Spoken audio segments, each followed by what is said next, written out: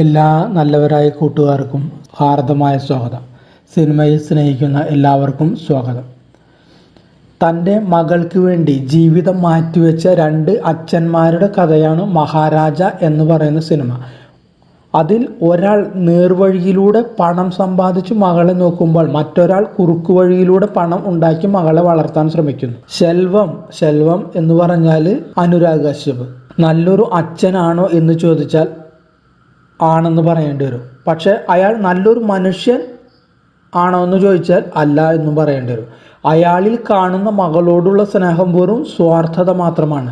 അതായത് മറ്റുള്ള സ്ത്രീകളെ ദ്രോഹിച്ചും കൊള്ളയടിച്ചും അയാൾ ഉണ്ടാക്കുന്നതൊക്കെ തൻ്റെ മകളെ സന്തോഷിപ്പിക്കാൻ വേണ്ടി മാത്രമാണ് എന്നുള്ളത് പൂർണ്ണമായും നമുക്ക് വിശ്വസിക്കാനാവില്ല സിനിമ കാണുമ്പോൾ.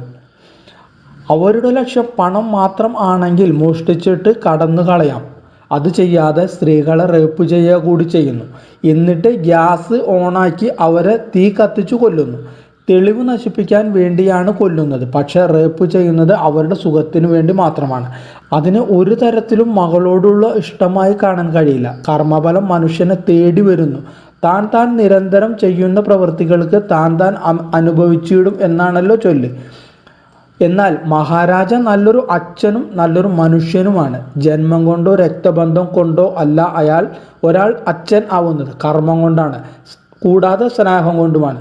സിനിമയുടെ ക്ലൈമാക്സിലെ ഷോക്ക് ഫാക്ടർ ഇല്ലായിരുന്നെങ്കിൽ കൂടെ സിനിമ വിജയിച്ചേനെ.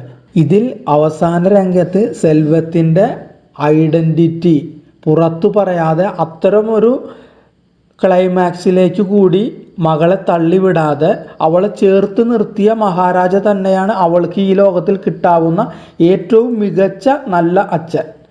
ശെൽവം ആരെയും റേപ്പ് ചെയ്തിട്ടില്ല സിനിമയിൽ.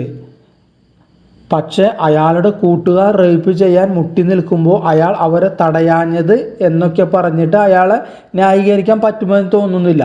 അയാൾക്ക് തിരുത്തുവാൻ ഉള്ള പവർ ഉണ്ടായിരുന്നു. കാരണം അയാളുടെ കൂട്ടുകാളികൾ അത്രമേൽ ഭയവും ബഹുമാനവും അയാളോട് ഉണ്ടായിരുന്നു. പക്ഷെ അയാൾ അതൊന്നും ഉപയോഗിച്ചില്ല. മറ്റുള്ളവരുടെ ഭാര്യമാരും മക്കളും ഇരയാക്കപ്പെടുന്നത് അയാൾ ഒരു കഴുകനെ പോലെ നോക്കി നിന്ന് ആസ്വദിച്ചു. അതിൻ്റെ ശിക്ഷ അയാൾക്ക് കിട്ടുകയും ചെയ്തു. സിനിമയുടെ ക്ലൈമാക്സിൽ നമുക്കത് കാണാനായിട്ട് സാധിക്കും.